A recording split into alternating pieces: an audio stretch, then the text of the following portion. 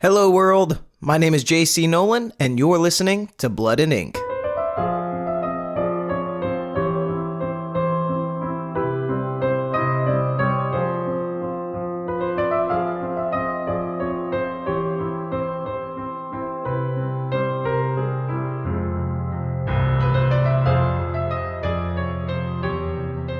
Good morning, evening, afternoon, whatever time you are listening to this podcast. Thank you so much for clicking on today's episode. We've got some fun stuff for you. Me and my wife recap the movie The Orphanage. It's a 2007 film that had, honestly, a lot packed in, and it packed a good punch. Don't really have a lot of news for you this week. Haven't been able to keep up with the news. We just recently took a family trip to Philadelphia, which I didn't know this. Did you guys know Philadelphia is freaking awesome? Because, all I've ever heard about Philadelphia is, oh, the crime, oh, this, oh, that, which, it's a big city, so I'm sure there is crime, but we had a great time, and everybody was, pretty nice. I might get some hate for this, but I kind of liked Philadelphia a little bit more than I even liked New York City. And it was cool being there. We left the first of this month, and that was the start of Pride Month there, so when we walked down out of our hotel room, there was a whole thing going on. And by the way, happy Pride Month. If that makes you feel uncomfortable, this probably isn't the podcast for you, so I just you can go ahead and click off if that makes you feel uncomfortable. But like I said, not really able to keep up with the news this week. We're going to some Pride events. I'm working, and so just really haven't been up to date with all of that. The author of today's Fright Bite is a returning author. He, or she, actually, we've just met on the internet, so I actually don't know their gender. But they were the writer of the Am I the Asshole story that I read a couple episodes back. I believe it was the Long Legs episode. And they just write some really awesome stuff. So we're going to be reading another one of their stories. And without further ado, let us get into our Fright Bite.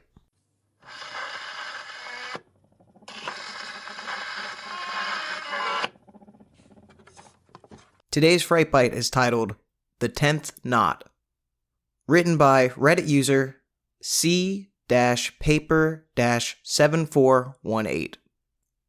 I was supposed to die at 38. The doctors didn't say it outright, but I could see it in their eyes. The tumors had spread like spiderwebs across my liver.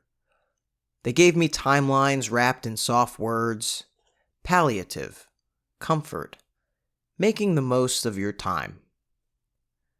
I wasn't ready. I was only 35. No children, no family, no legacy. And something more selfish than that, I wanted more time. Desperately. When my grandmother passed away at 101, I took over her house. There was no question. She'd always been a little odd in ways I never fully understood. I was her only granddaughter, and she treated me like I was precious. Like I was the last of something important. She'd been obsessed with the strange. Bundles of herbs hung drying from her rafters. She burned them at dusk. Sometimes I would glimpse her through a cracked door, muttering in languages I didn't recognize. Charms of feathers, bones, and stones always hung from her neck, clacking softly as she moved. She had a way of looking through you, her gaze heavy as iron, making you feel stripped and bare. And above all, there were the books. Always unmarked, leather-bound tomes. It didn't seem odd at first, until the day I passed behind her chair while she read.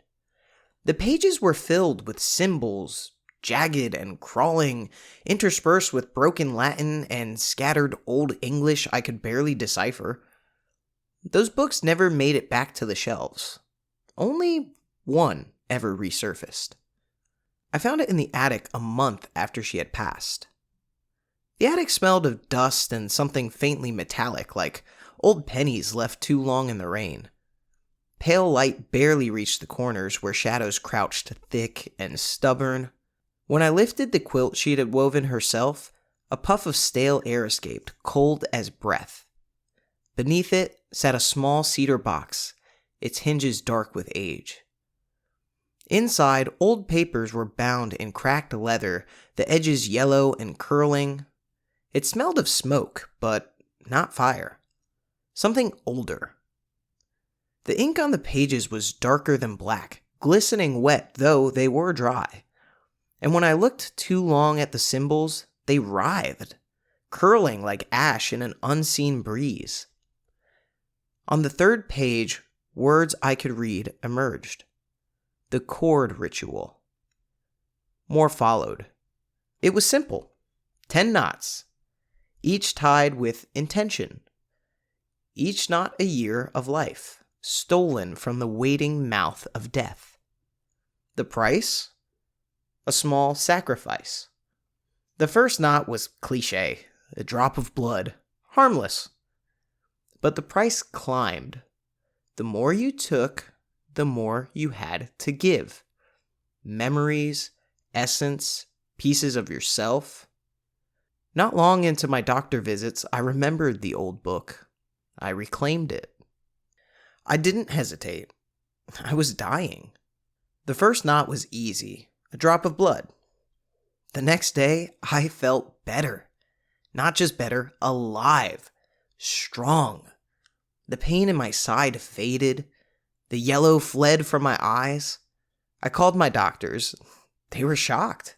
Spontaneous remission, they said. But I knew. I knew what I had done. So I kept tying the knots. One a year, always on the same night. Each year, I gave a little more. The second knot, a strand of hair. I plucked the awkward one that never lay flat. It never grew back. The third, a fingernail. It slipped off cleanly, as if the knot had loosened it. The fourth, a tooth. Same thing. No pain. I felt invincible.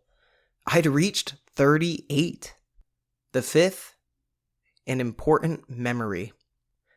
I couldn't recall exactly what went missing, only that when I thought of my grandmother's passing, something felt hollow. I remember being distraught about it. Then I moved on. The sixth, my reflection. Nobody seemed to notice. Maybe it only affected me. When I looked into mirrors, all I saw was a blurred absence, a ripple in glass. The seventh, my shadow. Strange, yes, but every year past 38 was a gift, even if I wasn't whole. The eighth, a hope, an ambition. This was the moment I knew I wouldn't last beyond the 10th knot. That night, as I tied it, I realized my hopes for the future were gone. I couldn't even imagine a tomorrow. By the 9th knot, I stopped dreaming. Or perhaps the dreams weren't mine anymore. Shadows pressed close in sleep. Whispers crawled beneath the surface. When I woke, I could still hear them calling, faint and distant like voices rising from the deep water. And then came the 10th knot. The price wasn't a piece of me. This time, it demanded something I loved. And the only thing I had left was Lily, my cat. She was old, frail, always curling up beside me like a warm heartbeat. She'd been with me through everything. I tied the 10th knot, whispered her name, and carried her gently to her bed. She didn't wake the next morning, but neither did I die. Not on time, anyway. I thought I had won. I thought I had outwitted death. Bought more time, like always. Until today. I stood at my bedroom doorway staring down the hallway and saw him. A man, or something like one, standing still in the shadows. I couldn't see his face, only the weight of his presence pressing down on the air. He wasn't standing in the dark. He was the dark. The shadows bent toward him, siphoning like smoke into his shape.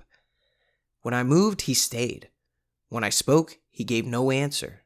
And then he lifted a bony finger and pointed, slowly, deliberately, down the hall over my shoulder at the drawer beside my bed. My heart sank. The cord lay coiled inside. The 10th loop unraveled before my eyes. A meow sounded downstairs. Lily. And then footsteps. Soft, barefoot, growing closer. An hour later, the 9th knot unraveled. He stepped forward. By the time the 6th knot came undone, I glimpsed myself in the mirror. The reflection was back, but I didn't recognize her. My hair had thinned, my skin bruised with sickly yellows and grays, parts of me flaked, crumbling like old parchment. I was rotting. He was in the doorway now. The 5th knot has just slipped free, and now I remember. My memory. My grandmother on her deathbed, frail, sunken into the mattress, pointing a trembling finger toward the corner of the hospital room, her voice hoarse with terror. Tell him to leave, her lips cracked. He can't have me yet. There'd been nothing there then, only a patch of shadow thick as ink. I thought I had beaten death, but I hadn't. I only borrowed time. And death, it turns out, never forgets. I only have a few hours left, opposed to the years I thought I had. If you're reading this, will one of you please visit my home and take Lily? Tell her I'm sorry. Give her more love in her final years than I did. I don't want her to spend the rest of her time waiting, watching, worrying, the way that I did.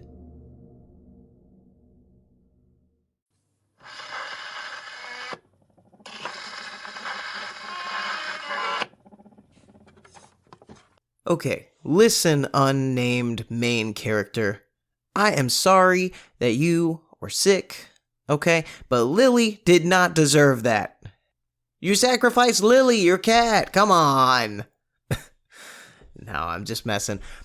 Awesome short story. Again, that was written by C-Paper-7418. And I'll go ahead and put that information in the show notes, so make sure to click that link and check them out. All right, and now it's time for our movie recap. Our movie this week was The Orphanage, a 2007 film directed by J.A. Bayona. I think I said it right, and I am joined here with my wife. Hello, wife. Hello, husband. How are you doing today? I am good. We are here recording in the late hour of 7:30 p.m. I know, because we're elderly. Well, actually, it's 8 o'clock. Oh, well, time has passed since I last looked at the clock. The latest we've ever recorded. Yeah, this is bedtime. Yeah, it feels weird, but, you know, we're here getting it done. We watched The Orphanage yesterday. I'm going to just start off by saying I really liked it. I also really liked it. As a mama, there were some parts, some scenes, some ideas that were hard to watch. It was heartbreaking. Yeah. I cried, so there was that. Well, but hey, okay. So, backstory. I used to cry at everything before I was on antidepressants. Now I don't cry at everything, but this got me in the soft spots. Yeah, it was intense. It was an intense movie. So this movie had a budget of just over $5 million. Can I have a budget of just over $5 million, please? If you go make it, absolutely. No, I would like you to provide said budget. No. Oh. This is a come on, listeners. You need to make this budget happen for me. And assisted in production, this film was assisted in production by Guillermo del Toro. And so I found this interesting because when actually looking at the movie up online, it never said that he was a producer, but I mean, in the credits, it said that he was a producer. So I looked into this, and basically J.A. Bayona, God, I cannot say that last name. You're really struggling. The director is friends with Guillermo and reached out to him asking him to help so that way it would increase their budget and filming time. Oh. And also, I'm assuming... Working the connects. I know, for real. I'm assuming that he had a lot of influence over this film, too, because this film had very similar tones to, like, Pan's Labyrinth, which was directed by Guillermo del Toro and had come out just the year before. Pan's Labyrinth came out in 2006. That all sounds very cool. I am not a person to ever recall things like that, but taking your word for it and makes sense. Yeah, and this film actually outgrossed Pan's Labyrinth in Spain, where it, was originally came out. And it was the top grossing film in Spain in 2007. Wow. So I thought that was pretty cool. Fun fact. It has a rating of 7.4 out of 10 on IMDb and 87% on Rotten Tomatoes. So we know that these are kind of harsh areas, and so they did really good. Well-respected, reputable. Mm-hmm. Yeah, there was some other review place I had never heard of that was showing up. I didn't put it in there. What the hell is... It was called Siskel and Ebert. Who are that? No, it was called Play Watch or something. I was I've never heard of this before in my life. That's hilarious. Anyway, you ready to just jump into the movie? Let's jump, because I still got another assignment to do tonight. Okay, we're jumping. So, our movie opens at an orphanage. It's this big stone castle-like home, and we see children outside playing this game that they call 1, 2, 3 knock on the wall. This is a version of red light, green light, or 1, 2, 3 freeze, whatever you called it as a kid. A phone call to staff reveals that one of the children, Laura, is about to be adopted. And Laura is, as we soon will find, our main character in the movie. After the adoption phone call, we run through the title and the credits, and it was a pretty interesting title credit roll, I guess you could say, because... It was the kids' hands, ripping the, wallpaper more or less away to reveal, names. Thank you. Yeah. Thank you. Yeah, I needed help with that. And, I thought that was cool. And comes up later on in the movie, but that's much later. Mm-hmm. And at this point, too, we get a very fantastical score, which I think pairs really well with the mood and the tone of this supernatural gothic horror that we're about to watch. So I really enjoyed the score. It really puts you where you need to be for this movie, I guess. In our next scenes, we meet Laura as an adult, along with her husband Carlos and son Simon. Real quick. Yes. Before we move on to all that, right before the opening credits, I just thought it was interesting how it was right after that phone call, the staff was talking to Laura and saying, your friends will miss you.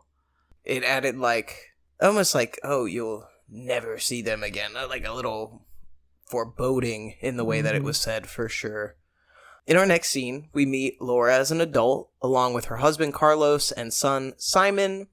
She has now purchased what was an abandoned orphanage, and it's the same orphanage that she had stayed at before, and she plans to make this into a home and orphanage for ill and disabled children, so she's obviously, a saint. What the hell? Yeah, she has really, come full circle here and wants to, seems honor her own journey and that of so many children by, now providing a warm and happy environment.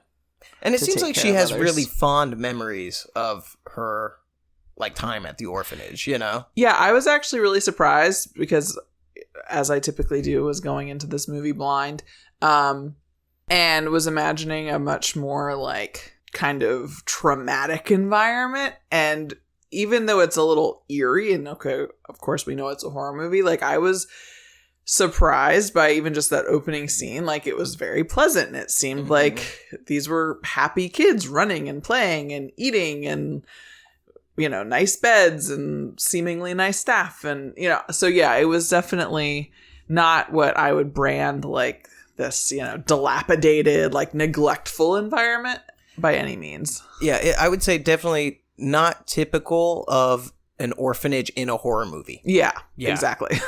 On their first night in their new home, Laura's old home, but now her new home, Simon has a nightmare. Simon is her son, and we can hear him yelling out for his mommy. Now, Carlos kind of rolls over in his bed and says that he's going to help, or he's going to do it this time, but he just goes right back to sleep. And I was kind of what a dick. Yeah, it was pretty lame. Laura goes to help Simon, and we kind of find out in these first few scenes that Simon has imaginary friends, but this is different. because he's saying now that he's scared and that he's hearing things in the house, which is portrayed as not typical for him. Laura explains that the lighthouse that is on the edge of their property, although it's no longer working, has a protective light that will protect Simon from whatever he's hearing, just trying to make him feel better. And at the urging of Simon, she agrees to take him to the area the next day. The next day, after Simon takes this unknown medication, which the way they shot him taking his medication, it made me think that he was being poisoned off the bat. I was like, why are they giving him medication at his age? And the way that they watched him take his medication, I was like, that was weird. They were very large. Like, is this some kind of like multi-B vitamin or something? It looks like a very large, gnarly pill. Well, and Laura and Carlos both like completely stopped what they were doing and like turned to watch him swallow this pill. And I was like, that was a weird interaction. But anyway, after taking what we don't know yet is just some unknown medication, Laura takes him by the lighthouse, which has an accessible beach and cave during low tide. Simon wants to check out the cave, and Laura allows him to enter with a flashlight by himself. Which was crazy. Which, yeah, what the hell? Like, he's just gonna go in there wandering around, and you're out here looking at seashells? Yeah, and it was like this massively huge, dark cave. You couldn't see anything within it, and he's just going in there. I mean, how old is Simon, you think? Maybe 10? Oh, I didn't even think he was that old. I was thinking like maybe 8? Maybe like 8. Yeah, like, this is a young kid, and you're just sending him into the cave to go checking it out? Like, that's a no-go for me. God, even 8 feels like a stretch. Like, I honestly, in my mind, thought he was like 6. I don't know if he was 6. I think he might have been a little bit older than that. Yeah, maybe he was just small. My kids are giants, so... That's true. I'm not the best judge. But, yeah, that whole thing was kind of weird, you know, talking about imaginary friends, and then, like... Laura's talking about, you know, the kids needing extra care and he's going to be separated from them. I was having a hard time kind of like, all right, what's going on with Simon? Why? Like, I got the idea that he had like some issues with this, but it had been like resolved. And then it was like suddenly kind of a thing again. And he was almost like collecting more and more imaginary friends. Okay. So yeah. Well, and it seemed like, from their discussions, that he's had imaginary friends. Carlos says that's pretty normal and typical for his age. Like, they do have a little discussion about it. So I'm not sure. Yeah. I guess I didn't get that it was resolved. Yeah. So Simon enters this cave, and after a unknown amount of time goes by, Laura starts calling to Simon, but he is not responding. So she enters to go looking for him. And she finds Simon talking in the darkness as if speaking with another child. He explains he met a new friend named Thomas and asks if Thomas can come home with them, to which Laura agrees, and they leave the beach. Simon leaves a trail of shells so Thomas can find his way to the house. Later that day, a social worker named Beligna, weird name, right? Was that her name? Yeah. I tried to write it like, I don't know, 18 different ways in my Maybe notes. It's Belina? I thought it was like Benigna or something. But it's like spelled Beligna. Beligna. Like baloney? No. But baloney isn't spelled how it should be, so... Well, this social worker named Beligna shows up at the house, and she is an old woman with the thickest glasses I've ever seen. It kind of makes her eyes look super tiny because they're so thick, you know? After some conversation between the two, we find out that Beligna is there to speak about Simon, and she even has Simon's adoption file. So this is where we discover... oh, Simon is not, Laura's real child. He's adopted. And we also find out that Simon has HIV, and that's what the medications that he's taking are for. Beligna informs Laura that there are new treatments for Simon's disease, but Laura gets really angry, saying that Carlos, who is the doctor, is the one who treats Simon. He doesn't know that he's adopted, and she wants Beligna to leave. She's like... yeah, you can't just be showing up at my house. Because initially Laura thought that this social worker was for the new kids that would be coming, not for Simon. Right. Yeah, that was definitely weird. I didn't realize that he didn't know he was not adopted until that. I don't know. The whole thing seemed very sketchy. I can get like, okay, Laura's opening this orphanage and she's, like restoring this home. There's like construction going on. She's planning for like this welcoming thing. Like there's a lot that's kind of building here. So, okay, she sees someone, she naturally assumes that they're inquiring about a position that she might have at her orphanage. But I don't know, the whole thing seemed really sketchy. And I don't know that I would have like been as just like, oh, come in. Like, I don't know. Yeah. Especially because I'm like, do you need a social worker after you've adopted a kid for so long? Do they still just be showing up like that? I don't know. I have no idea. Yeah, me either. But I thought it was weird too. Yeah. And Beligna was just a weird person. So, that night, Laura wakes up to some banging from outside. And she tries waking up Carlos, but he doesn't wake up again. He says the same thing. Like, yeah. It's my turn, or I got it, something like that. It's like, I think he says, it's my turn this time. Like, not even recognizing that she's not even saying, like, oh, hey, our child is screaming again. She's trying to tell him, like, hey, I heard something outside. Yeah. And he's just like, oh, it's my turn, I'll get it. And then just rolls over and falls asleep. I'm like, Carlos, you kind of suck in this movie. But Laura goes outside, and the banging is coming from this old shack, which, after looking it up, is actually a coal shack that used to be used to warm the orphanage. Obviously no longer used for that because it's, 2007 when this movie's made, but that's what it was used for. She goes inside, and as she's searching through the coal shack looking for whatever's making that noise, and there's like a bunch of stuff in here, a bunch of like junk and old furniture and stuff like that. Yeah, very typical like shed, garage, storage, collect all. Yeah. And we while she's walking through, all of a sudden, we see somebody standing in the background. Now, Laura doesn't see this person initially, and it took me a second to even tell who the hell it was, because I was like, oh my god, there's a person right there. But guess who it is? Beligna. Baloney is standing there holding a shovel, and Laura kind of jumps, and she's like, oh my god, what are you doing? And then Beligna just runs off. She like drops the shovel and runs. Yeah, she drops the shovel and runs. But first of all, why is Laura going out there by herself? Because her husband sucks. The dark. I literally wrote in my notes that you would be helping me prepare for war if I heard the sounds that she heard. Yeah. There would be no part of... Honestly, I don't think the two of us would go investigate. We would, call the authorities. I would be like, yeah, well, looks like we're locking the doors and making sure all the windows are locked. Yeah, I will stand by the window, peeking outside to see if I see anything. And, that's that. We're going to be real quiet. Nobody's got to even know we're there. Yeah. And then if somebody tries to break in, we jump out the window. So Laura goes to get Carlos, and he comes out, kind of helps her search for a good half a second while being far too chill about it all. And then he says something like, if she comes back, we'll call the police.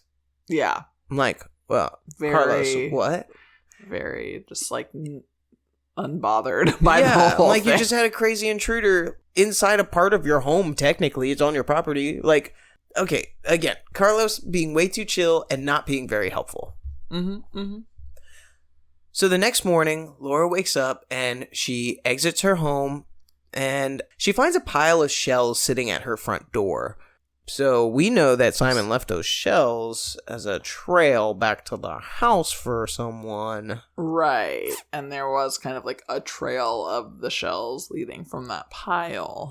So it does seem that the invitation was perhaps accepted to come play.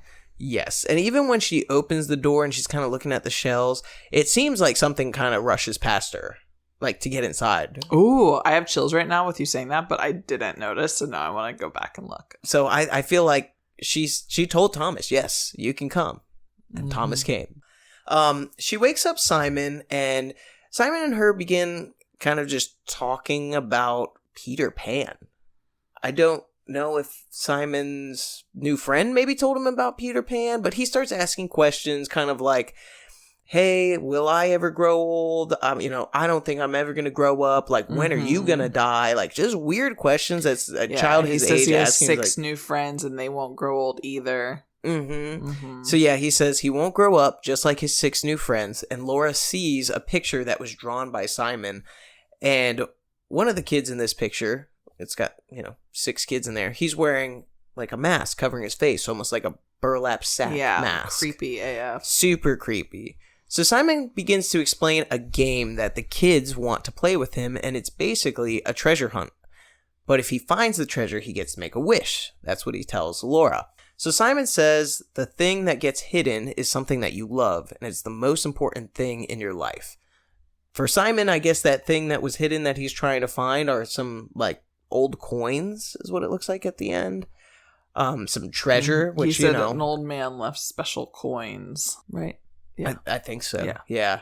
So Laura decides to play along. She thinks that Simon is the one who kind of set all of this up, and they begin to follow clues, which leads to their last clue is this key that Simon finds, and it's a key to a drawer. It's the same drawer that currently is locked and houses his adoption files that Beligna dropped off just yesterday. He does find his coins in there along with the file, but he doesn't even really give this file a glance. It's like, I really don't think he even saw that was his adoption file. But this gets Laura super uncomfortable, and she begins to yell at Simon for lying, and I think here she's mostly acting out of fear, fear that he saw or he could have found out before she was ready to tell him, but she really doesn't have to worry about that, because Simon starts yelling at Laura and telling her, no, you're the liar, you've been lying this whole time, you're not my real mother, and I'm gonna die because of this disease. And he says his friends told him this.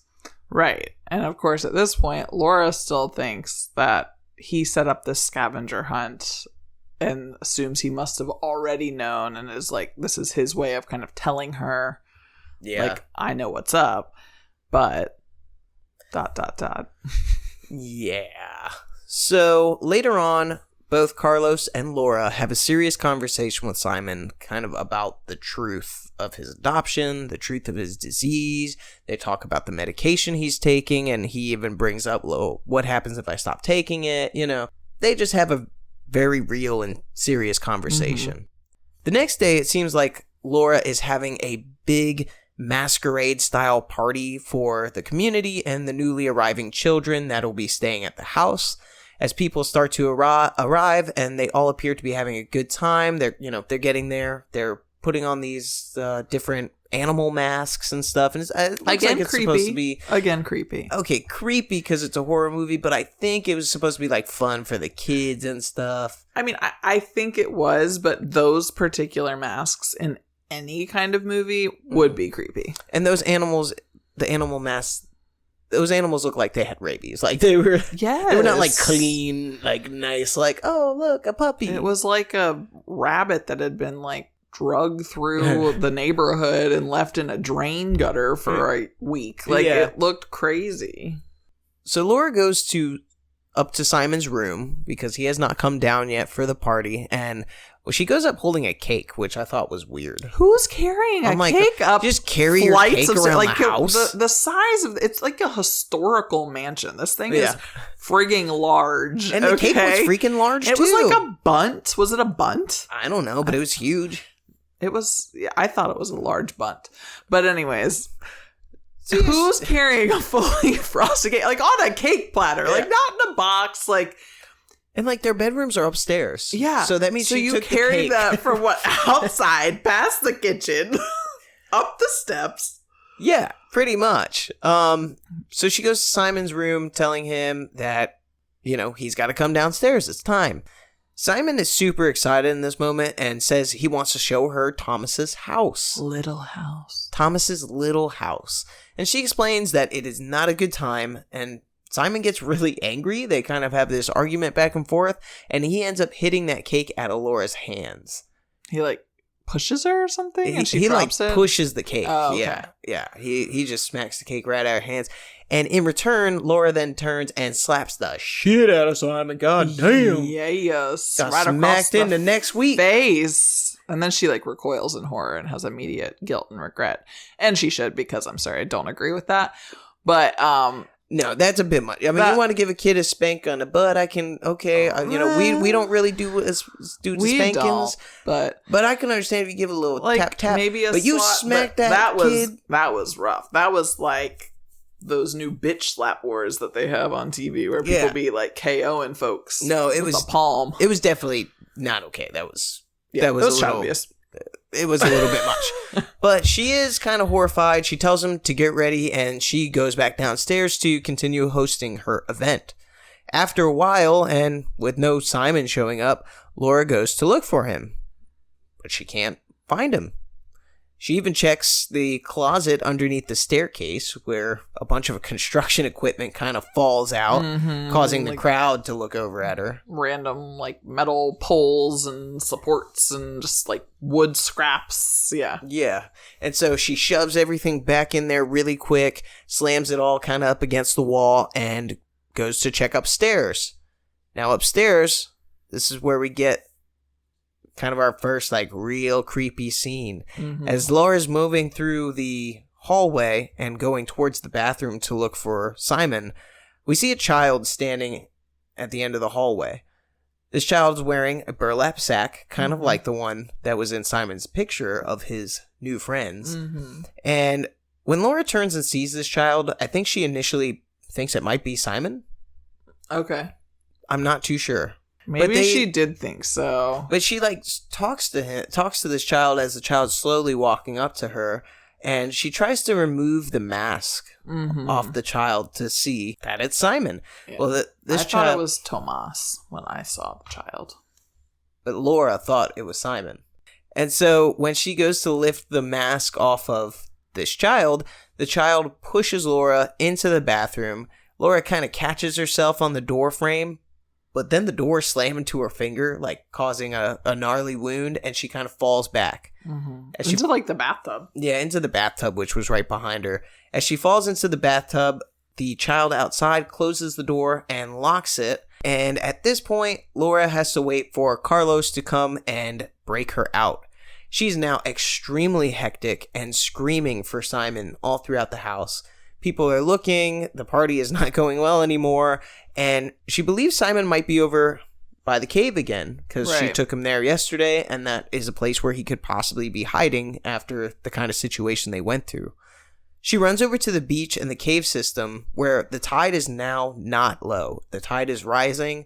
She falls, breaking her leg, and then is saved again by Carlos, who explains that she cannot go out there with the tide as it is because she would drown. Yeah. As he's pulling her back, though, it appears at the mouth of the cave there is a child standing there. Kind of see a flicker of what could be a kid. But then the next time the camera pans back there, it's no longer there.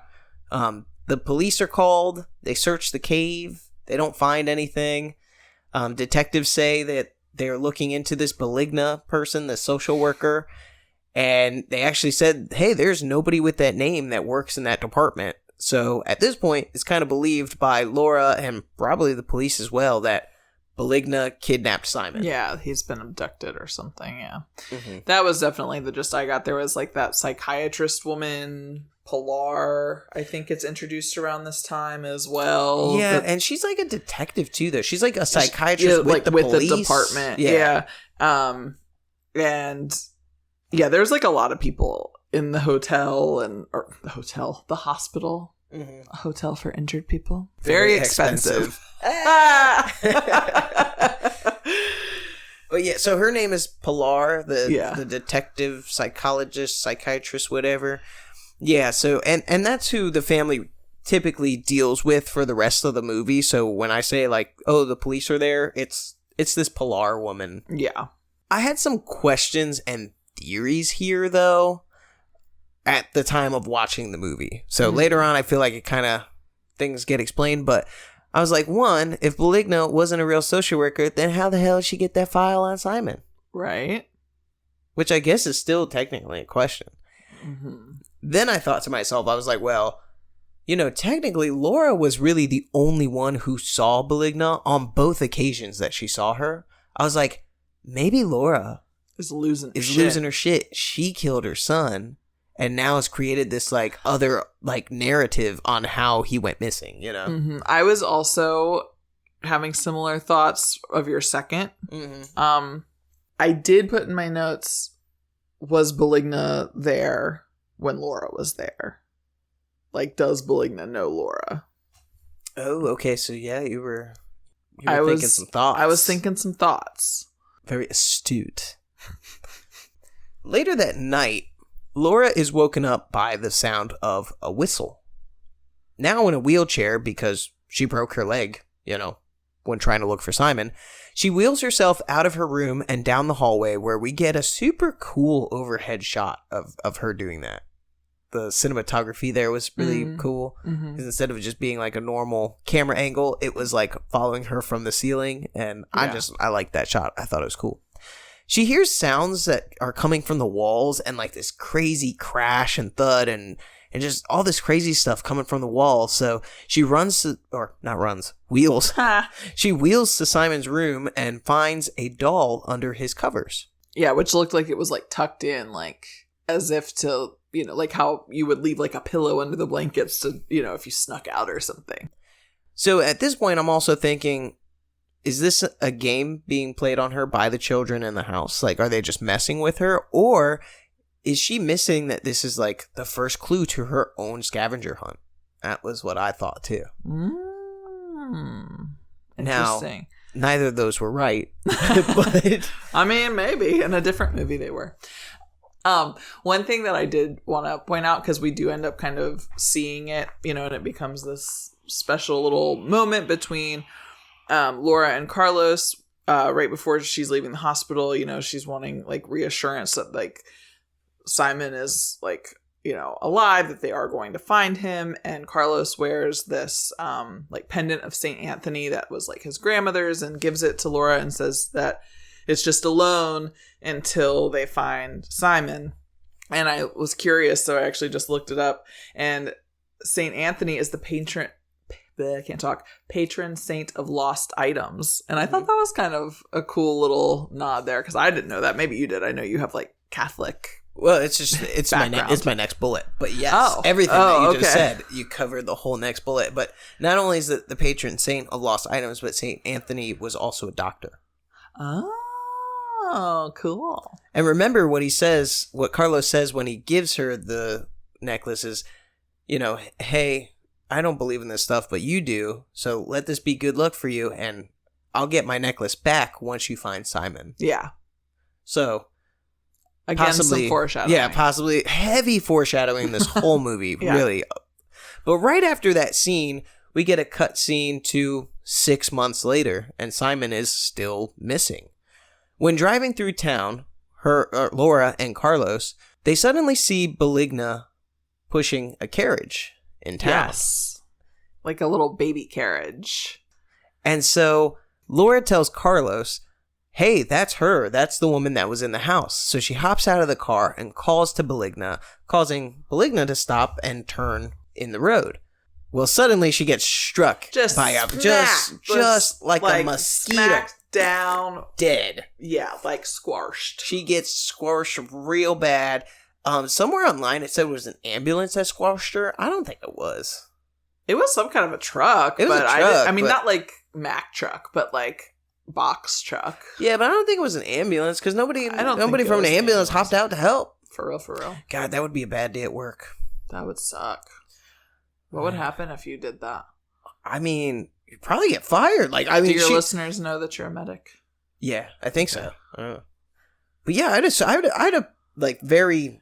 I mean, firing seems like on the light end of repercussions. I mean, at the least, they're sending your ass home,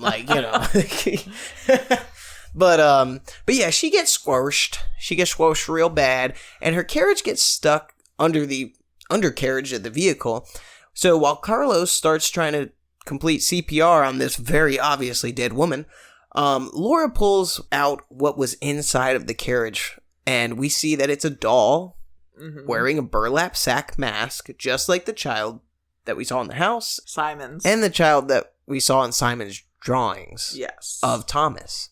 We also see that Beligna is wearing a whistle necklace similar to one that was seen on Thomas when we did see him earlier. And when Laura tries to take the necklace from Beligna's, again, very obviously dead body. Like, her face is contorted. It's, like, ripped open. Beligna's body kind of, like, jumps up and she, like, screams and then, like, lays back down. Yeah.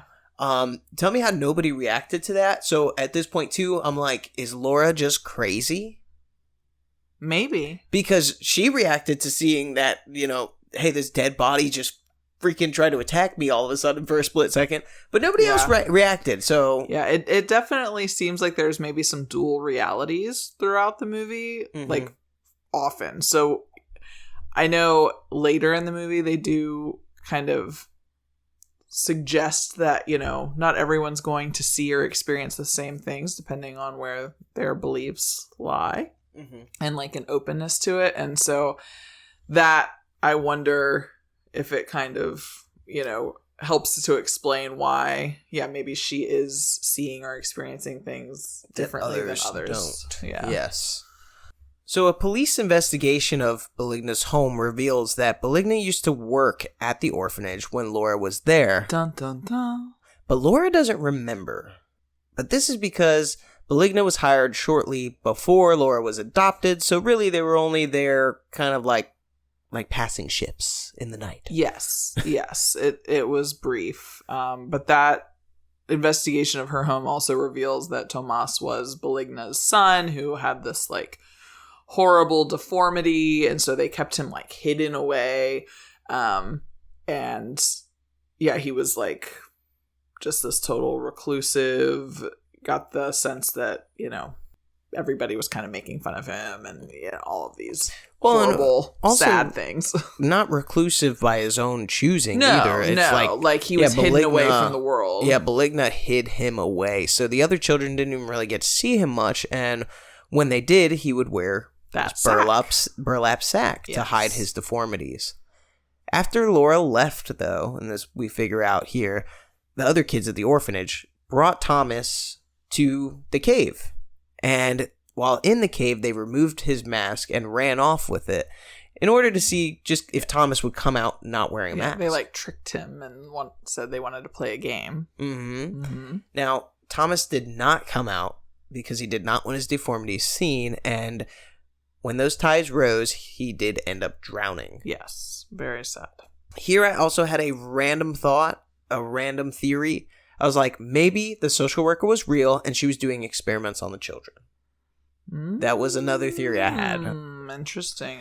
But I don't really know why. Just because, like, he was deformed, I guess. But I digress. Yeah. Well, and Laura says, I saw him at the party, but no other guests remember seeing him at the party. Yeah, that's true. And, I know you were saying Tomas, like, was who she saw that pushed him and her into the tub. A little bit later, we get a creepy little scene of that night where Laura is sleeping and she feels like someone's getting into bed with her, but she has her back. That was freaking me out. I didn't like that scene. She has her back facing that way, like, sleeping on her side. So she thinks it's just Carlos getting into bed, and she starts to like really like bare her soul out to her husband and I don't know, just really open up, something that probably would have been emotional, very like vulnerable, sharing all these raw feelings. Yeah, something that probably would have been like really good for their marriage or something, She's just sharing it out loud, Now she is facing their bathroom though, and she sees behind the bathroom door what looks like a shadow of somebody about to walk through the door. So she's obviously freaking out. She's like, "Oh my God, Carlos, hey, somebody's in the bathroom." He doesn't respond to her, and we see the bathroom door open, and it's Carlos. It's Carlos. Carlos was in the bathroom. So who the hell was in bed with Laura? Well, and it was even before the whole like, something creeping into the bed with her. Like, it was this tense moment because you've got Carlos was like playing piano before the, shot goes to her in bed, and there's the metronome like click click click on the setting the pace for the piano, and then that transitions into like the tick-tock of like the clock in Laura's room, and so you're like getting these like very what's the word, like I would say like a building of suspense and tension. Yeah, definitely a building of suspense, but just something about this like steady beat that you're like, I don't know, it just waiting. It kind of like it sets the pace for your anticipation too, you know? Yeah, no, and I think this movie did really well at doing that. Yeah. Okay, so the next day, Laura drops in on this paranormal science guy's class. It's actually a class on doppelgangers and what happens when you look at them, which is that if you do, they're like the herder of your death, basically. Mm-hmm. After the class, she talks with this man, explaining her situation. I never got this man's name, so I do not have it. I think it was Enrique. That sounds right. It was Enrique. Okay. Yeah. So she speaks to Enrique and explains everything about her situation and how these other children are in her house. And at this point, she does feel like the children stole Simon. Mm-hmm. She even shows him some thread that she ripped off Thomas's mask when he was pushing her in the bathroom. And at this point, Enrique takes the thread and like deeply sniffs it. And I thought that was really weird. That was weird. So he suggests a medium session, which Laura agrees to. The police do end up joining in on this medium session as well that's taking place at the home, and the team sets up like a bunch of cameras, audio equipment, you know, the usual seance, ghost hunting type stuff. It seemed like that was kind of contingent upon Carlos agreeing to the whole medium thing in the first place, and you know, like, okay, and at one point they even say like, well, let's hope that if something happens we all see it or we all hear it, you know, like there's Carlos still a lot of wild skepticism of anything supernatural. Absolutely. Well, not by Laura, but by everyone else. Yes. Laura's the only one, and I mean at this point, like, of course Enrique and then the medium they hire, Aurora, you know, of course they're much more well-versed in things such as this. But and Carlos is, I understand him a bit here too, because he's trying to protect his wife who, you know, lost a child, and at this point, that, you know, he's like, hey, he's dead. You know, it's been 6 months. He's dead. It definitely seems like a incredibly vulnerable time, you know, understandably. And he's trying to help her to not get taken advantage of. Well, yeah, because she so desperately wants answers. Mm-hmm. She so desperately wants to believe that, you know, there's some kind of explanation that's going to lead to the return of her child. Yeah. So the medium and this group in general honestly seem like some pretty nice people. And the medium proceeds to start the session, which is described kind of like time travel. As she enters this seance, this session, she says she can hear something, and she starts to follow the sound through the house. We start hearing children crying in the audio, and Aurora finds the children behind the door, and she exclaims, "Oh my God, what have they done to you?" She says there are 5 sick children, they're sick, and they're crying, and that the children have actually been poisoned. She said, yeah, why would someone want to poison you? Yeah. She gets removed from the seance, and she explains to Laura that the trauma creates a knot between the past and the present. And she says those that are closer to death can see the past in that knot, and that Simon could probably see the past due to his disease. It just makes him closer to death. At this point, it also was kind of insinuated that Aurora, the medium, as well as Laura, the mother, can also see, but I don't know why. The medium also tells Laura that her pain will lead her in the right direction on what to do next. Because Laura's kind of like, okay, great, so we did this. What now? And I tell you what, if Aurora gave me that answer, I'd be like, the fuck is that? Yeah. What do you mean? I hired you to help me get my kid, not to tell me that, oh, your pain will lead you in the right direction. Like, Richard, let me hear to you. I did write my notes that it's at this point at the end that Aurora says you must believe and then you will see. Like, you don't have to like seeing isn't believing, it's the other way around. Yeah. And then that's kind of like the end of that scene, and then it's Carlos like ripping down all of the bulletins and search information and, you know, connected plot ideas for, you know, what could have happened to Simon. You know, he's clearly just kind of like, we've got to like this was the last straw for me. Like, we have literally exhausted every natural and supernatural possibility here. Like, we just gotta, like, move forward with our lives. Well, and at this point, Carlos wants to leave the house. Yeah. He actually brings up that he thinks it'd be best if they went somewhere else because, you know, they lost a child there. Kind of starts an argument between Laura, but Laura stands firmly that she's not leaving the house. Yeah. No, she's, like, very emotional. She's crying. So at this point, Carlos just says, like, okay, like, we'll stay then. Later on, we see Laura walking through the house trying to find the ghost children. She's kind of, like, asking them for a sign, asking them what she needs to do, and suddenly some glass from a window shatters, and it spreads glass all over this window seat, like one of those bench window seats. Laura investigates, and she lifts the seat, and we see that it's, what do you call it? What is it? It's like a little storage. Yeah. Like, there's, like, a little nook under there, like a little cubby for blankets or books or what have you. Yeah, so she lifts the seat, and she sees that storage space, and she finds 6 children's names carved into wood and 6 dolls. She also finds a picture of herself and Simon, which I think in this part is some deep foreshadowing, but she recognizes, okay, this picture came from her own scrapbook, and she begins her own treasure hunt, with each clue leading to another. Her last clue is a knob, but she cannot find the door or the drawer that this knob belongs to. So she goes to search in that weird coal shack that's out back, the abandoned coal shack, to see if maybe there's something in here that this knob goes to. Yeah. While searching in the coal shack for a possible match, she stumbles across Beligna's necklace.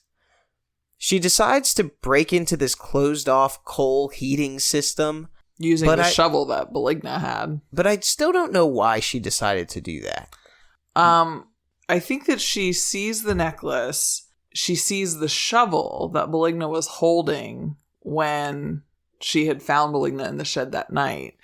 And I think she, like, sees the furnace box thing there and is like, maybe she was... Like, I don't know if she was just trying to, like, connect the dots. Like, what's even in this thing? But, like, what was Beligna doing in here? Was she searching for something? Mm-hmm. Am I supposed to also be searching for that thing? Yeah. Was sort of what I got from all that. Okay.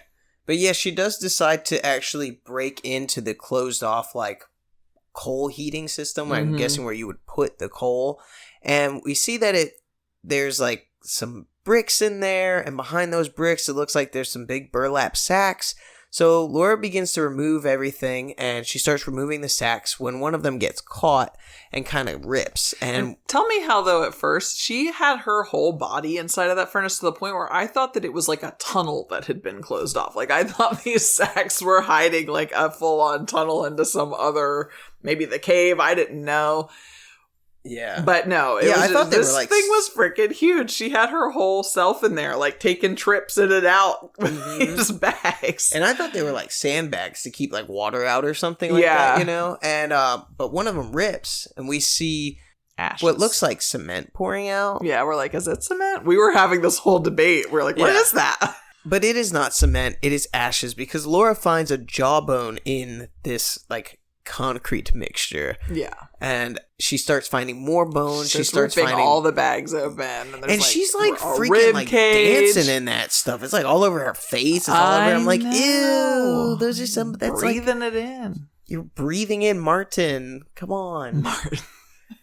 Well, because we see like a leg brace that's in with some of these ashes, and on the leg brace it says Martin. It's like engraved in there. And now, remember, there was a child at the orphanage who had, well, I guess you guys didn't know that, but one of Laura's friends at the orphanage when she was younger had a leg brace. So, is it the same child? Maybe. There were also 5 sacks that she pulled out of the thing. And remember... Well, there were more than 5 sacks. But I think some of them were legit just ash from the furnace. But I think there were 5 big sacks. So the cops are called, and after investigating, they discover that the remains were of the other 5 children that were at the orphanage when Laura was there. They are her 5 dead friends, basically. Yeah. And it's discovered that after the incident with Beligna's son, Thomas's death, Beligna poisoned the other 5 children for vengeance, and she then burned and hid their remains here. Now, at this point, Carlos wants out of the house, stating that they cannot live here anymore. Laura gets Carlos to agree to let her stay at the house for just 2 more days so she can let go of her memories or something like that. She kind of portrays it as, I need this for like my own mental health journey, my own like release. Mm-hmm. Like I just need to be here to say goodbye. So Carlos agrees and he leaves. Now Carlos is fucking up this whole goddamn movie because how you gonna leave your wife like that? I don't know. I feel like if you left me in that situation, I'd be like, well, I know where his priorities lie. Yeah, I think that out of everything that she's been through, she found dead bodies. She had found somebody lurking around. She got her son missing, her fingers smashed, her leg broken, and you're just gonna leave her in the house, dude?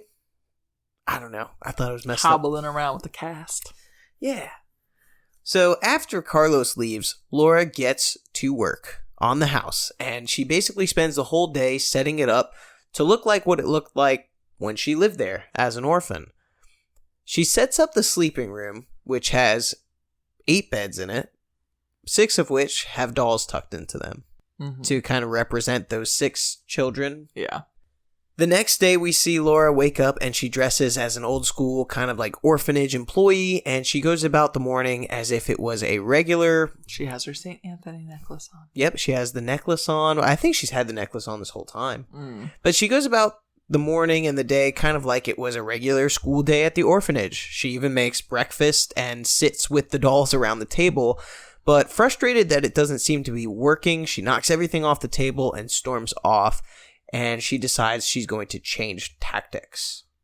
Yeah, she's like, I know you want to... this is, I think, when she figures out that they want to play a game. Yes. Yeah, so she tries to play a game with the children, and that game, again, is the 1, 2, 3 knock on the wood or something like that. Or, red light, green light, freeze. After several rounds of playing where nothing seems to be happening, she turns during the freeze part, and we see the door open, and Nothing's there. But yeah, that again, anticipation building moment, because I don't know, maybe I never played red light, green light this way, but like the whole 1, 2, 3 knock on whatever, and then you have to look behind yourself before you then proceed, because you're waiting for the person who gets to you first to tap on your shoulder to... Initially, it looks like start some like a game of tag. Yeah. And so, having to go through the 1, 2, 3 knock, and then the camera's panning with you to look behind her shoulder, and you're like, what is it gonna be? Yeah, and she does it several times before we get any sort of okay, something is happening, Yeah. But when she sees that something's happening, it's very obvious that her energy, which was kind of she was starting to give up on the game, her energy kind of comes and lifts back up, and she's like, it's on. So at this point she turns and continues knocking, the camera turning with her every time, and the second time she turns back after the door opened, there's now a whole ass child standing there in the doorway. Now, it's just one child, so it's okay, and he's not wearing masks, so he's a little less creepy, but still at the end of the day, you have a whole ass ghost child in the room with you. So, it's a little nerve-wracking. She turns around, does the knocking again. The camera turns back with her. And now there's several children. There's multiple children. One of them's closer, but there's a lot of children. She turns, does the knocking, turns back, even closer now.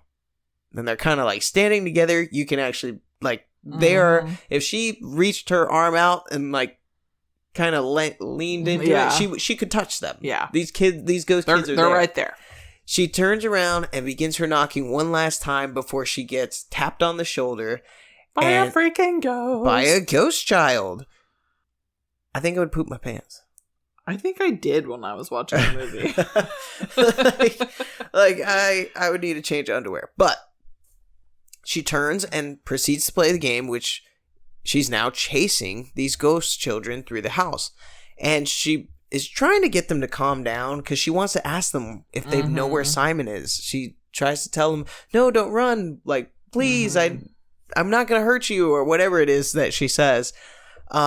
She follows one child who disappears under the stairwell in this small Harry Potter style closet. Yeah. And that's the closet that we saw Laura during the party searching in the party. Yeah. And all that construction equipment came out. Well, all that construction equipment's still in there when she opens the door, but the child that went in there, no longer in there. No. Laura goes in, and after knocking on some... she knocked on the walls. She was like kind of moving some of that equipment around in there. I guess maybe like looking for a clue or something. Or looking for the child. Or looking for the child. And like as she's about to close the door, she like notices like this small little change. Like there's like a little tear. Oh, in the paper. In the wallpaper. In the wallpaper. Okay. And so then I think is when she starts kind of knocking, like, what's this? Because she can see some kind of little... like an indentation, yeah. Yeah. So she starts knocking on the walls and realizes that there's like a door here in the wall, like a hidden door in the wall. At this point, she starts ripping the wallpaper, and she finds like the area where a door handle would go, or a knob. And she has a knob. So... she sticks the knob into the door and is able to open it. After opening the door, she sees some stairs leading to a dark and gloomy basement, and we get a really cool shot of her walking down the stairs. And as she does, it seems like this shot suddenly turns into, like, everything's kind of like got this golden hue, which was done very subtly because I did not notice at first.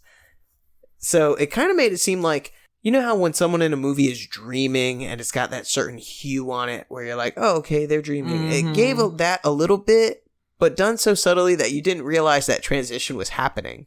Yeah. She's careful going down the stairs as she sees that the railing and steps are broken. She gets down there. She turns on the light. We see that a creepy Thomas child is standing behind her. She does not see that because she's not looking in that direction. What she does see are all of Thomas's pictures placed up on the walls in there, kind of like a little desk area. Yeah. And this is when we've realized that, hey, this was where Thomas was hidden away when he stayed in this orphanage. This is where they kept him away from all the other children and things like that. This was Thomas's little house. This was Thomas's little house underneath the steps. She looks over to a bed, and it looks like there's somebody laying in the bed. So she goes to check. And there she finds Simon, and he wakes up totally normal, kind of like, hey, Mom, why are you crying? Yeah. And at this point, I was so excited. I said, oh, she did it. There's the treasure hunt. She found her missing, like, important item. The movie's going to end like this. Kind of weird, but okay. Simon and Laura continue to talk, but we start hearing some crazy children noises upstairs. And Laura shuts her eyes and holds Simon very close to her and starts begging Simon to stop thinking of the children and instead to think of the life that they're going to live and the fun things that they'll get to do. And Laura says... because he asks her to stay and play with them for a while. Laura says that this will make the children go away, though, yeah. if Simon stops thinking about them. Yeah, she just keeps saying, like, close your eyes and when you wake up, it'll be over. Oh, and I did, real quick intermission here, just rewind. So I was looking through my notes, and with the doorknob / discovering the door thing, she's like in that closet, and the door starts to kind of shut when she's like moving stuff around, and that's when she notices that the doorknob on that closet matches her doorknob. And then the door slams shut. And, like, that's when she, like, notices, so she starts looking around more, and then she sees the little indentation and the tear, and yada, yada, yada. Yeah. Anyways. Fast forward. So as she's standing there with her eyes tightly closed, begging Simon to stop thinking about these kids, we get a transition to the scene around us where that golden hue kind of filters out. Now it's just kind of your regular lighting. And she's no longer holding Simon. Instead, she's just holding an empty blanket. She starts looking around the room, and we see that Thomas's pictures are no longer up. They're just, it's just a cobweb-filled space. Mm-hmm. So it's kind of like she went in the past just then. Yeah. To see all that stuff. And as she keeps looking around the room, we actually see Simon. He is down there, and he's laying down on the ground. Sadly, he is dead. Yeah, well, she, sees where that railing was broken. She's kind of having, all of these visual flashbacks of, things leading up to him getting in there. That was Thomas's little house, and, the noises that she was hearing, and why she heard the different clanking around, and, all of these things. But Simon is wearing a mask. Was he? And she lifts it off. And so that's why I thought that it was him that pushed her into the tub. He had made a mask to look like his new friend's mask. So I'm not sure. I don't know. Now I kind of want to rewatch even just that part to see. Yeah, I'm really not sure. So Simon's there. Simon's there. He's dead. Laura is overtaken by grief as she realizes what actually happened. Mm-hmm. And so you kind of just went through what actually happened, but to give the listeners a little bit more. So remember, Simon found Thomas's home, which is, now we know, the basement. He found it the day of the party, and he wanted to show Laura Thomas's home. So it's believed that after the argument, he went down there to hide. Later, when Laura was looking for Simon, and she looked in that closet, all that construction equipment came falling out. She kind of shoved it all back in. It slammed up against the wall, and I wonder if either that doorknob fell off or it just kind of pinned the door. Mm. But either way, Simon could no longer get out of the basement that he was hiding in. That night, she heard all those crazy noises in the walls, and we heard what sounded like a loud crash and thud. Well, those crazy noises were Simon. Maybe he was calling for help or just trying to get out of the basement. Mm-hmm. And then those broken stairs when she walked down and had to be very careful. Well, that's what that crash and thud was. He fell through some broken stairs, which caused his death. Yes. Much more thorough recap of all the things I just sort of danced around. No, you did great.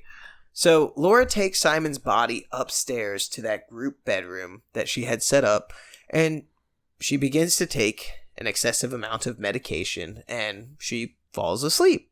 Mm-hmm. So at this point, we're kind of like, oh, is she ODing? Is she going to have a dream? What we're about to see, we don't really know.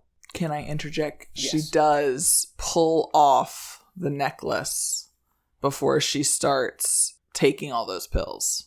Mm. Or kind of simultaneously. It might have been right after she takes all those pills. And now that I know what St. Anthony stands for, she has found what she was looking for, and she's found Simon, which was what he had said, and so she takes it off, and so that to me was signifying that that was her giving it back to Carlos, which I agree.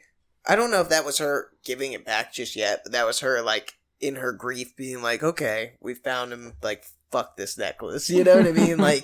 Because that's not what she wanted, But yeah, Laura wakes up to a bunch of sounds and the room that she's in being lit by the lighthouse that's on their property. Mm-hmm. Now, that lighthouse no longer works, so we're kind of back in the past when it did work.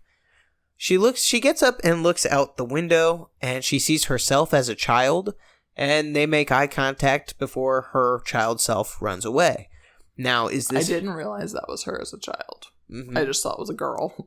Just a random kid out there. Well, no, I mean, I thought it was one of the orphanage girls, but I didn't realize it was her. Yeah, that was her, so that makes me think, okay, this is maybe her doppelganger and her own herder of death, Laura turns to find Simon suddenly alive, as well as all of the children, Thomas included. Mm-hmm. They're all there in the room, laying in their respective beds. Yeah. Simon begs Laura to stay and take care of them and watch them, and she agrees and begins to tell them a bedtime story. Yes. Which was Peter Pan. Yes, a true Peter Pan story, mm-hmm. which is literally what this movie is in its own way. Yeah. And it's super eerie. eerie. They say that she's Wendy. Yes. Yeah. And even they're like, oh, you got so old. Like, what had happened? You know, because all the kids recognize her. Yeah. So yeah, she puts them to bed and she stays with them. And in our last scene, we see the husband, Carlos. He is laying flowers down at a plaque that is on the property. And this plaque is for Laura, Simon, and the 6 children of the orphanage that had died there.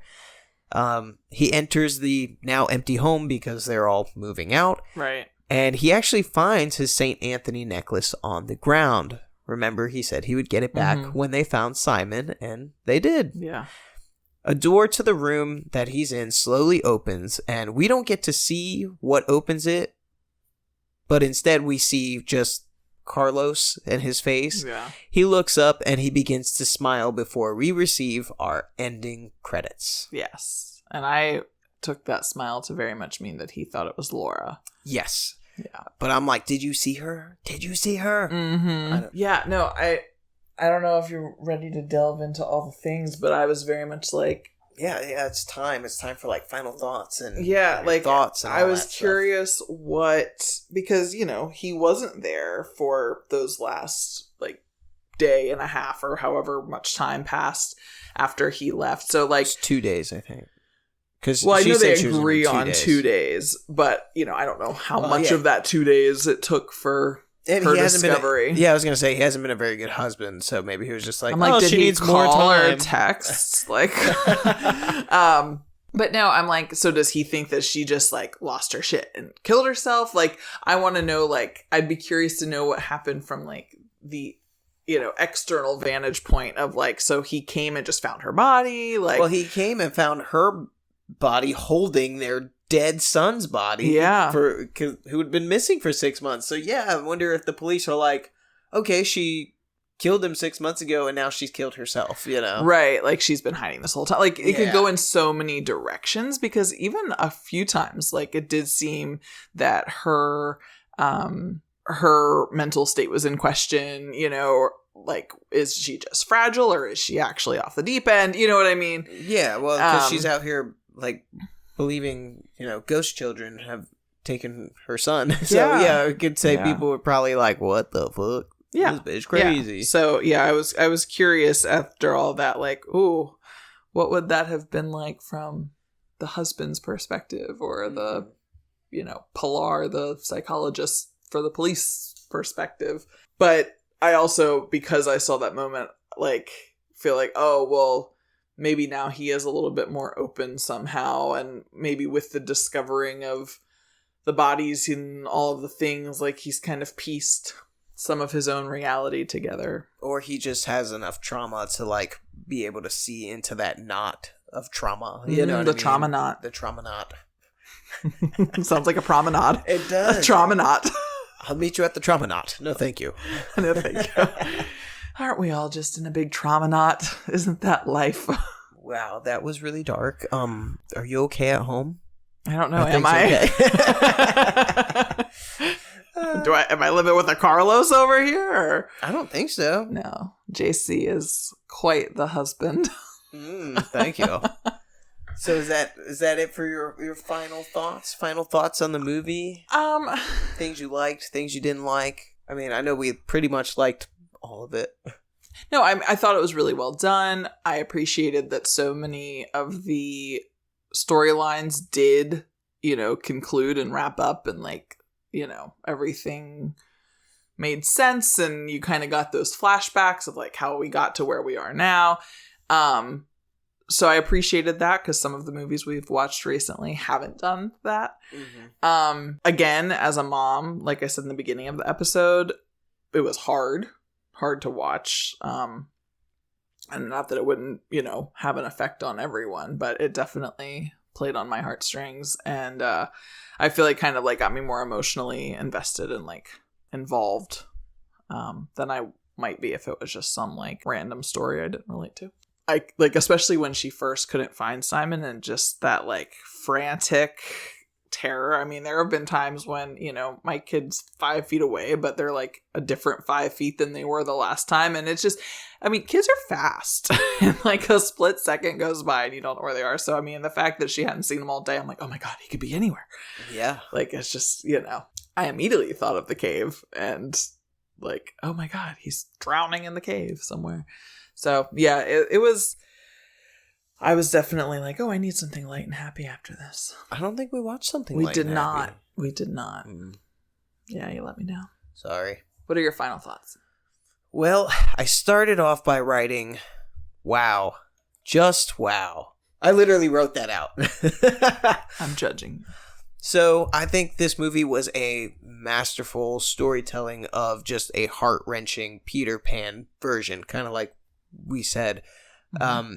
The realization that Simon had been down there and like could have been saved if he was found in time. Like that was like devastating to watch during the movie. That was devastating to like get that revelation of like, oh shit, like he was right there and you even heard him, Yeah.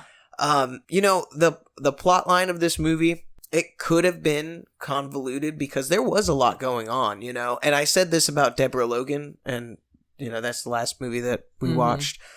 We actually both watched that movie together. Ashley was just not on the podcast, but I did say that I felt like the storyline for Deborah Logan got a little convoluted, like everything was kind of smushed together with what was actually happening. This movie could have easily been there. It could have easily had that same issue, but it didn't. And I think it's because the storytelling was just done so well. The foreshadowing in this movie throughout the whole movie, I feel like if we watch this again, I would be like, there's so many little breadcrumbs. Yes. And even like when she set up the bedroom to look originally as it did, I made it a point to say she set up 8 beds. There are 6 children. So that's like foreshadowing her and Simon joining the group, like right there. There's so much little stuff like that I thought was so really cool. This movie does leave, like, it leaves you with questions, but they're the fun type of questions, not the like, what the fuck, this didn't make any sense, It's like, ooh, so I had written this out, okay? Because I had a question. I was like, okay, initially when she was searching for Simon and she came across Thomas, who pushed her into the bathroom, I was like, did he do that because Thomas wanted Simon to die so they could be friends forever? Or did he do that because he was mad at Laura for hitting Simon, But you came with a whole different thing that was like, no, that was never Thomas in the mask, like in real life. That was Simon. And that actually makes a lot of sense. Because, he was found wearing the mask. She was able to tear a piece of the mask when he pushed her and, like, brought it to somebody, Yeah. So that totally checks. And he probably found that mask down there in Thomas's house. Probably. That makes sense. So I really liked that we had that talk just then, because I really feel like that was part of the movie. But, like, see, like, that was, like, a fun question of, like, oh, wait, what was this? When we meet all the children at the end of this movie, it seems like Thomas is actually like a really nice kid. Like the ghost Thomas. He's a nice kid. All the kids are really happy. They have Laura there. So like at the end, do we feel bad for Laura? Because I feel like Laura got exactly what she wanted, honestly. And I feel like this movie emotionally mixed me up with that right there. Because I'm like, yeah, Laura got what she always wanted. She wanted to take care of all these kids. Yeah, she's got a house full of children. She's basically running like an orphanage, but for ghosts. They're all her fucking friends. And one of them is her adopted son. It's exactly what she wanted by living at that house. And she got it. But like the only way that she could get it was through death. Like she could only find happiness in death. And like, Jesus Christ, what a heavy topic that is on the brain, and like how that leaves you emotionally after the movie. Oh, absolutely. Well, and I mean, thankfully I have not lost a child, but like I can only imagine that if I were to, that you would feel so incredibly torn, because like a huge part of your identity becomes like motherhood when you, or parenthood, it's true for fathers or any caregivers in that sense, but you become wired, I think, or most people do, to care for this child. And there's so many different kinds of grief, But I feel like the loss of a child is like just so incredibly different than, it's like it's sad, but that, you'll likely lose your parents, your grandparents, you know what I mean? And not to minimize that pain or that grief. But again, I do feel like it would be so dramatically life altering.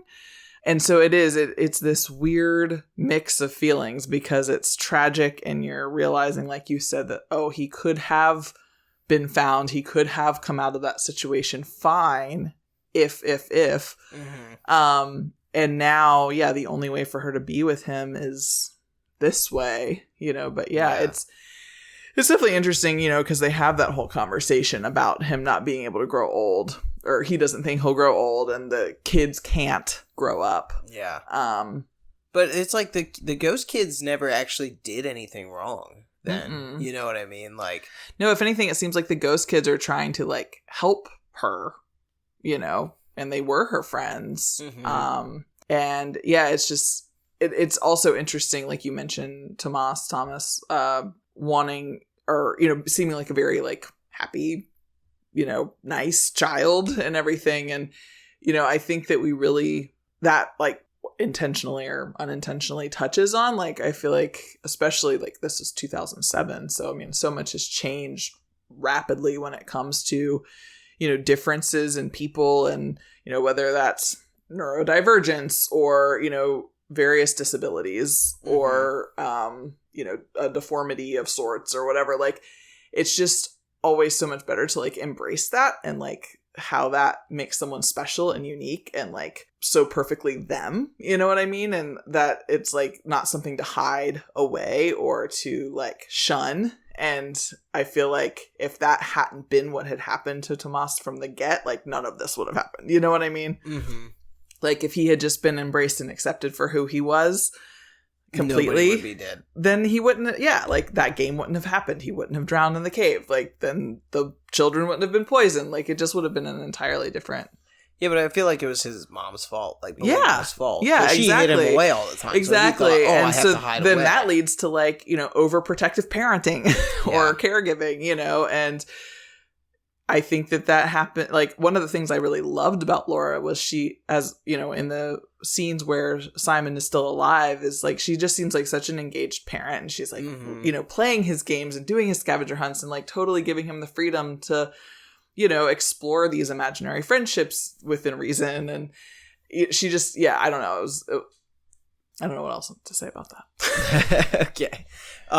Now we kind of touched on Beligna a little bit here, and so that was my only problem with this movie was Beligna, basically, and how, like, you're telling me she was able to poison, murder, and burn and hide 5 children at this orphanage without it being known. Where are the checks and balances? Now, there are other workers at this orphanage.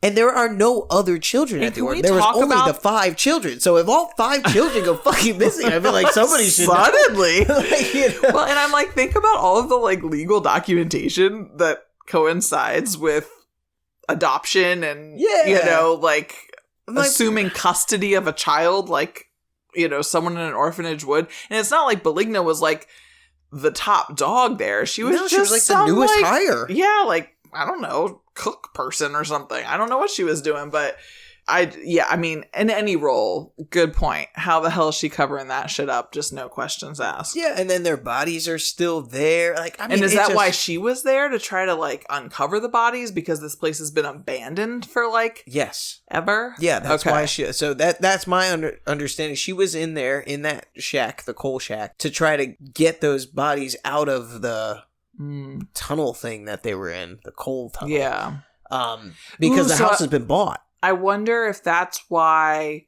Laura, I was saying like, oh, like she saw the shovel, like why was bleeding out there? But I wonder if she realized that it was the shovel hitting that thing that woke her up. That was like the clanking. That was like the sound. Because she like does like one and she's like, ooh.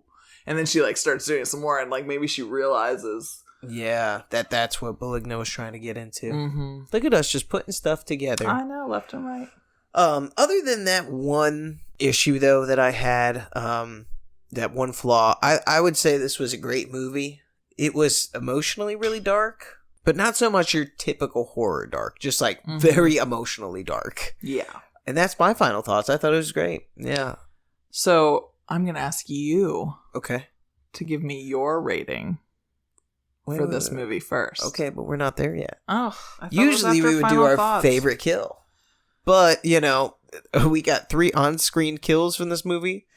One of them is Simon, Beligna. One of them's Laura, and then Beligna. So obviously Beligna, favorite kill. That was, yeah, it was and actually, not just because I didn't like her, but it was legit the best kill.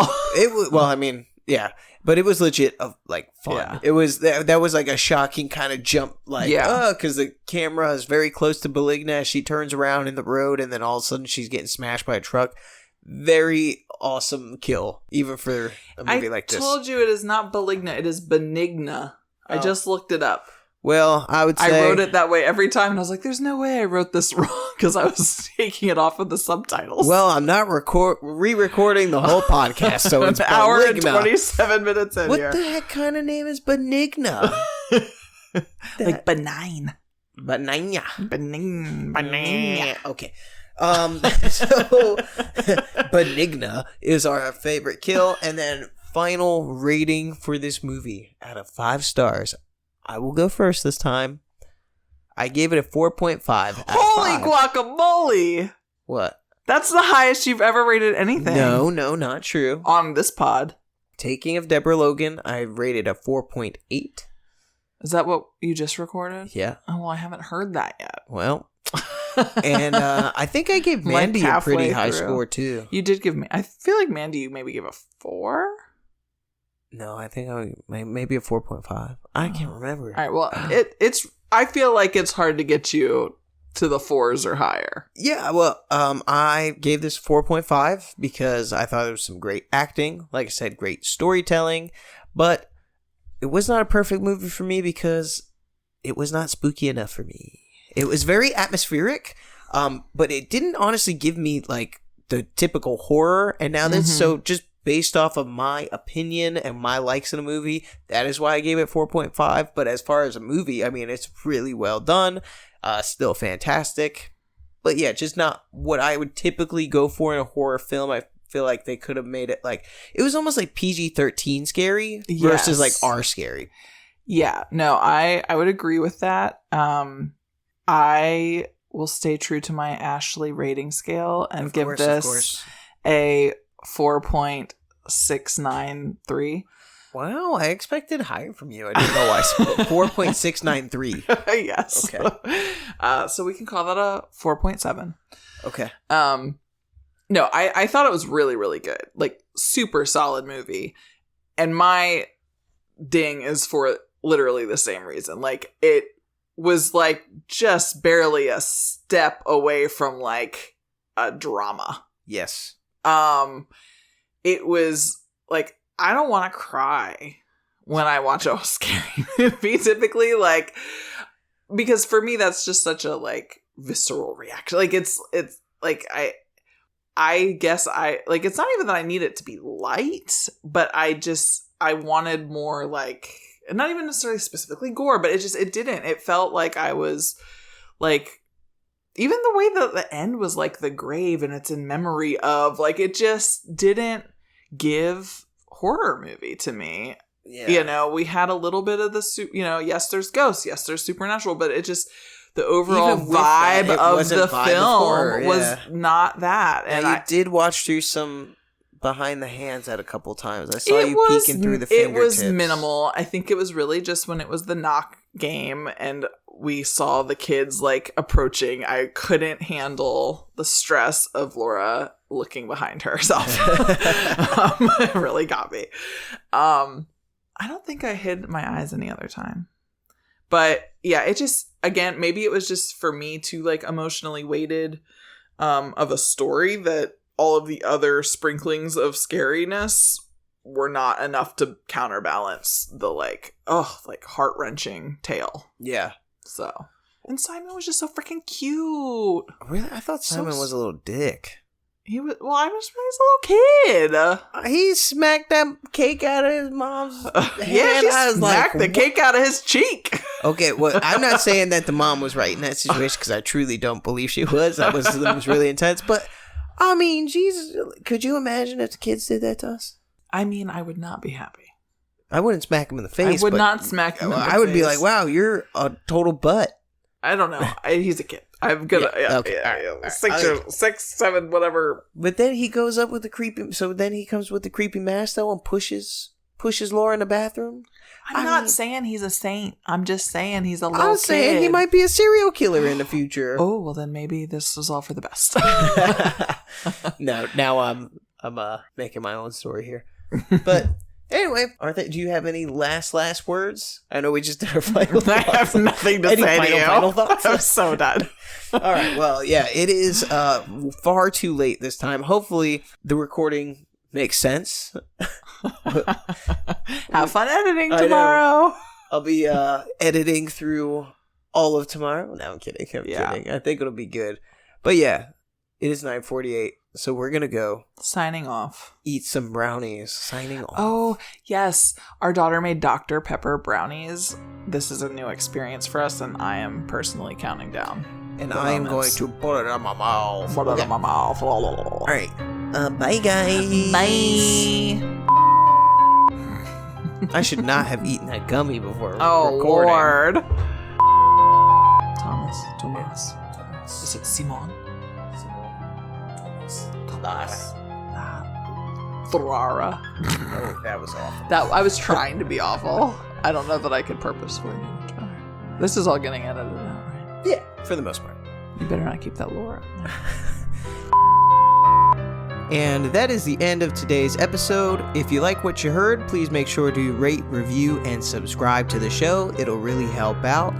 Don't forget to send your movie recommendations and short stories over to bloodinkpodcast@gmail.com. And while you're at it, go ahead and follow the show on Instagram. That's @bloodinkpodcast.